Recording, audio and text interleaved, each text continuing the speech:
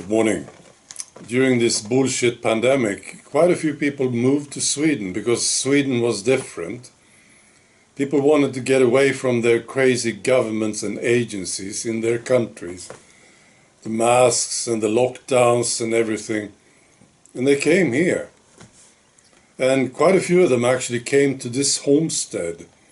And they became good friends of mine.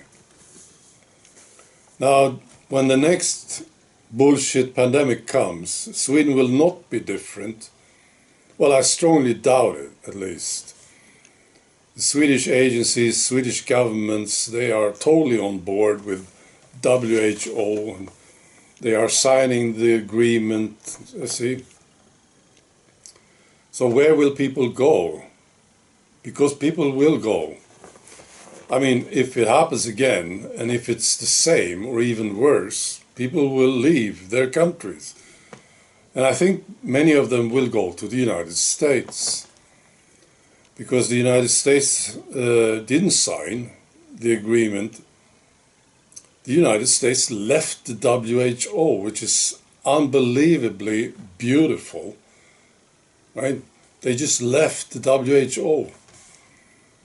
And they want nothing to do with it. And maybe Argentina. I don't know what happened there, but I heard that they wanted to get out of the WHO. So maybe Argentina is a good option. I heard this about Argentina. I think it's true. The government is making it easier for citizens to get firearms. They are simplifying the process, cutting off bureaucracy. See? That's amazing. Any leader of a country who is doing this, that's like the ultimate traitor to the globalist agenda, isn't it? You make it easier for people to get firearms. Wow. Oh, we could use this here in Europe. Well, here in Europe, we don't have them. No, we have pitchforks and bows and arrows, maybe, you see, knives, axes, right? And cow manure, right? Well, that's sort of good, but you don't stand a chance if you don't have firearms. You want an uprising, you want to fight your government, you need firearms. So that's brilliant, what's going on. I think it's true for Argentina. And of course, we know in the United States you can still own them, right? So maybe that's the option, Argentina or the United States. People will leave. I mean, if the next bullshit pandemic comes, I think it will.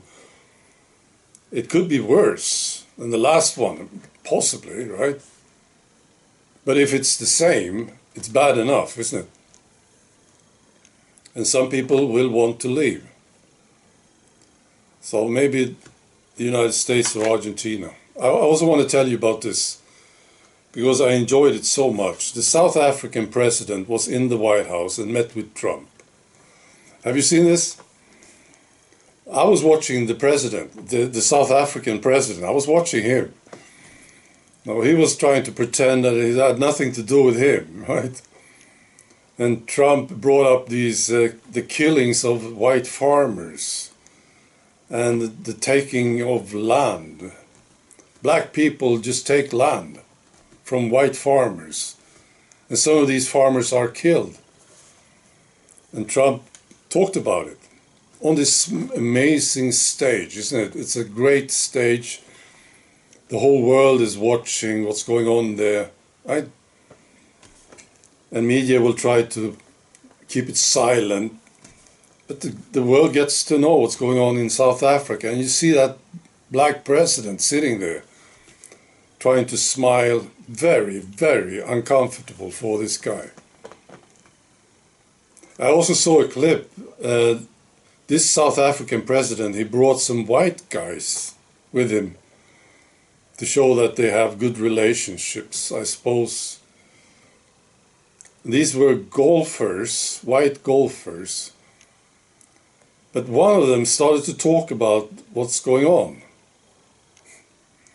I suppose the black South African president never told him what he could say, because he just told the stories about white farmers being killed. And the look on that South African president's face was priceless.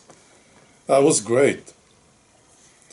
I'm very impressed with what Trump is doing there with that White House stage. Very, very good. Very smart. See, he just addresses it, right? And then he listens. It's great. All right. Be good.